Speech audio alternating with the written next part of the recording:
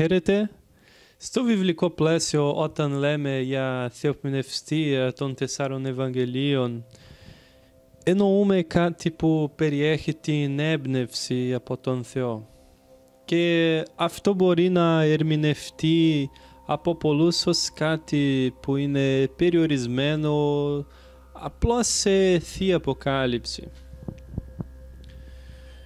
Εντάξει, πολλά άτομα πιθανώς εξαιτίας κάποιου ορθολογισμού αντιλαμβάνονται ότι αυτός ο όρος εκφράζει κάτι άψογο, χωρίς κανένα λάθος, τέλειο, που δεν μπορεί να έχει κανένα ανθρώπινο στοιχείο.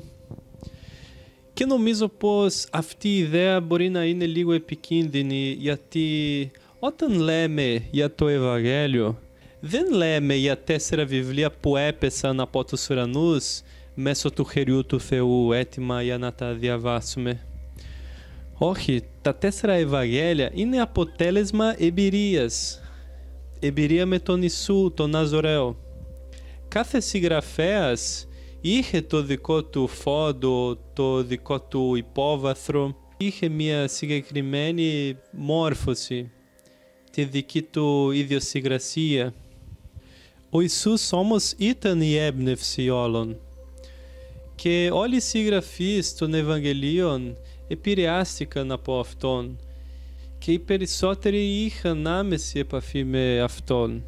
Αυτός ο άνθρωπος ήταν αναμφισβήτητα τουλάχιστον ο μεγαλύτερος άνθρωπος όλων των εποχών. Η διδασκαλία του συνεχίζει να επηρεάζει αμέτρητους ανθρώπους σε όλον τον κόσμο, ακόμα και σήμερα, σχεδόν 2.000 χρόνια ύστερα. Και πολλά μυστήρια για Αυτόν παραμένουν ακόμα ανεξήγητα. Αντιλαμβάνομαι ότι όταν λέμε για τα Ευαγγέλια, πρέπει να ξέρουμε ότι πολλά άτομα προσπάθησαν να γράψουν για αυτόν τον άνθρωπο μέσω πένας και μελανίου τα χειρόγραφά τους σε παπύρους και περγαμηνές. Και αυτός ο άνθρωπος ήταν τόσο εξαιρετικός ώστε δεν υπήρχε άλλη επιλογή εκτός από το να θεωρηθεί θεάνθρωπος.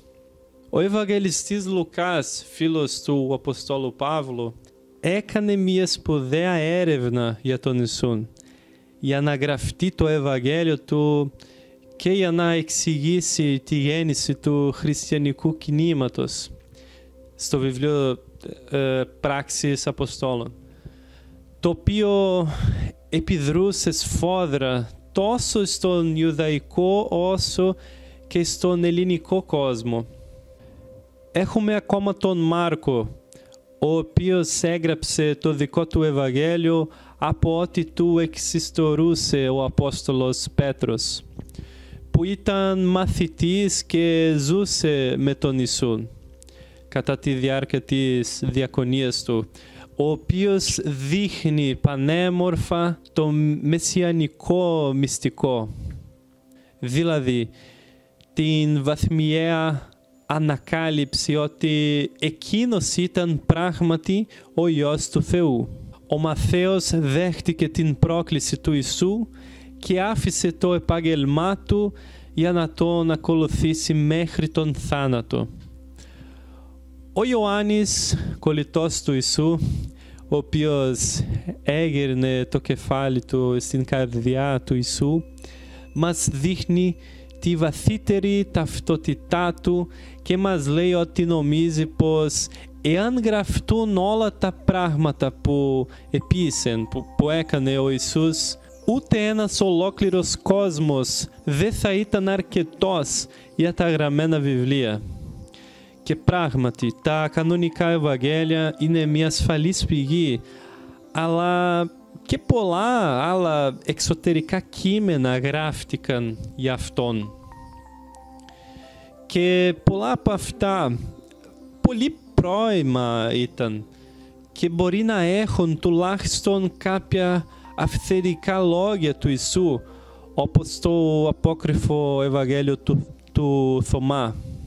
Και όπως στο παρελθόν ο Ιησούς ενέβαινε τους Ευαγγελιστές και διάφορους ανθρώπους, αυτό συνεχίζει να μας εμπνέει και σήμερα.